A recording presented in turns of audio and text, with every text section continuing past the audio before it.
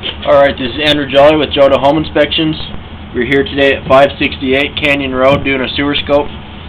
We've got the camera pushed out as far as we can get it, and we're not able to push through this area. Something's blocking the line right here. It's holding a lot of debris and there's standing water, but I'm not positive if it's roots coming in the line or if there's another issue. This would be a good candidate to have cleaned out and hydrojetted, and then you'd not only be able to clear this blockage, but you'd also be able to then have the line re-cameraed and know what's going on further down the line, and also in this area where there's standing water. So we're going to pull it back now and see what we find.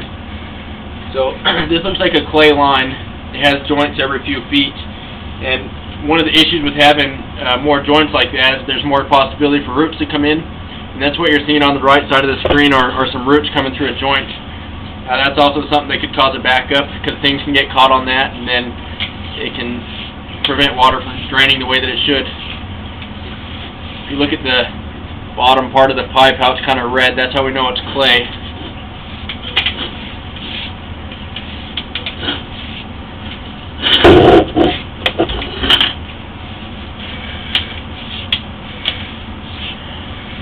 We pushed out about 100 feet, but this is a pretty long driveway, so there's probably at least another 30 feet or more before it gets to the city line.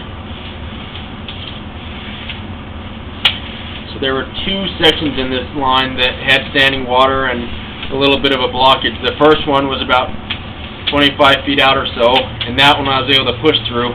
We'll be coming up to that soon. And that second one is the spot that I was not able to push through. This area of the line looks really good. There's no standing water, so that indicates that it has proper grade. I'm not finding any offsets. There's a little bit of a root. Not a huge one, but that could definitely get bigger and cause an issue. Again, cleaning the line would get anything like that out. One thing with having roots like this in a line is that it's a maintenance item, and so it's important to stay on top of it so that they're not getting too big and causing issues. Those roots will try to find the water, and so they'll get in the line, and then once they do, they'll just get bigger and bigger. Alright, you can see right here kind of that mesh material. That's most likely roots coming in, kind of creating a web, and then all this debris where it's not draining very well. Right here you're going to see that we start to go underwater a little bit. All that debris.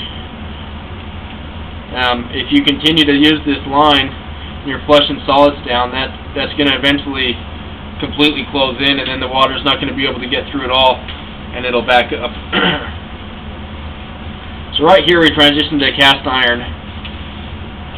Cast iron starts to get rust that builds up inside the line, and that rust can cause things to catch on it. So you want to be careful not to flush any wet wipes or feminine products.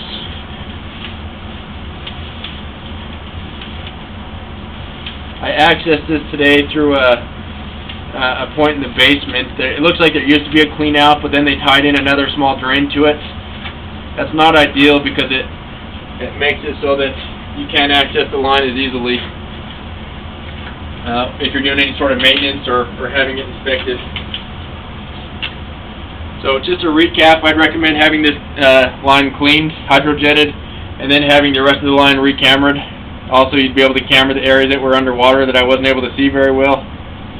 So I'm going to end this recording now.